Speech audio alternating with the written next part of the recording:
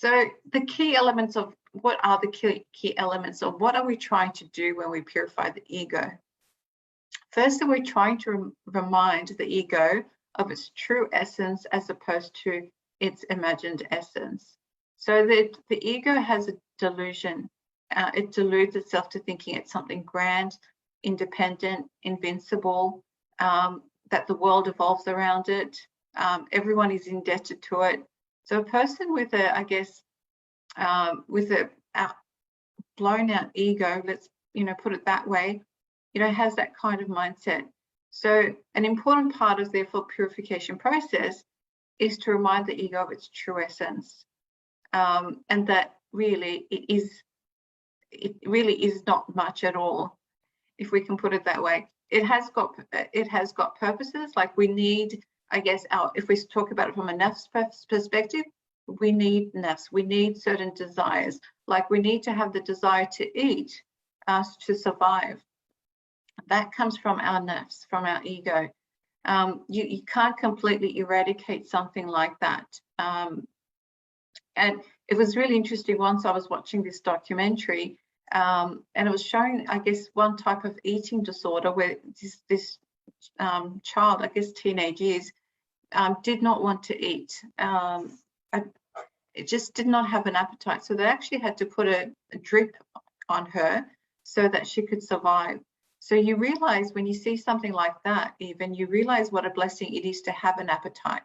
Okay, so because if you don't eat, if we don't have an appetite, we probably won't eat. And if we don't eat, we'll die.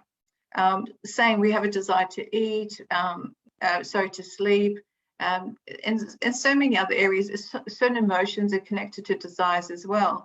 But the key thing with all this is that it has to be kept in moderation. So these, some of these aspects of our ego or our nafs are needed, but they have to be kept in moderation. We need to be in control of them. They should not be in control of us. So reminding our, I guess, nafs that it needs to be under our control is an important part of it. The second one is reminding the ego that it needs to have a God-centric approach to life. So I think that, when we looked at the levels of the nafs, this was an important part that comes out. A person should not have a world-centric, let's call it, like what is at the center of your life influences so many aspects of your life.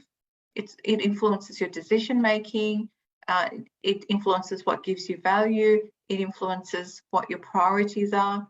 To me, this sounds very similar. If you've read Steve Covey's 7 Habits of Highly Effective People, he talks about being principle-centered. And to me, this being God-centric reminds me a lot about being principle-centered, because the principle-centered, the way I understand it, is being God-centric or God-centered. And the alternative is that, your center is your wealth, your center is your beauty, your center is your fame, your center is your family. So if one of these other elements, which we have connection to, but if they become the center of our life, which means it's almost like that's the only thing we live for, it's an imbalance. So we need to remind our nafs, our ego, that it needs to have a God-centric approach to life, and that everything else is in a way peripheral. They're important as well, but they're peripheral and need to be kept in mind. The other key element of purifying the ego is taking action. So you can't purify the ego, especially from an Islamic spirituality perspective. You can't purify the ego just with knowledge. Knowledge is key. Knowledge is the stepping stone, but action needs to be taken. So one has to walk the talk, as they say. Otherwise, it won't work. If anything, it will probably create hypocrisy, because you would be thinking that you need to do one thing, but you're doing completely another thing.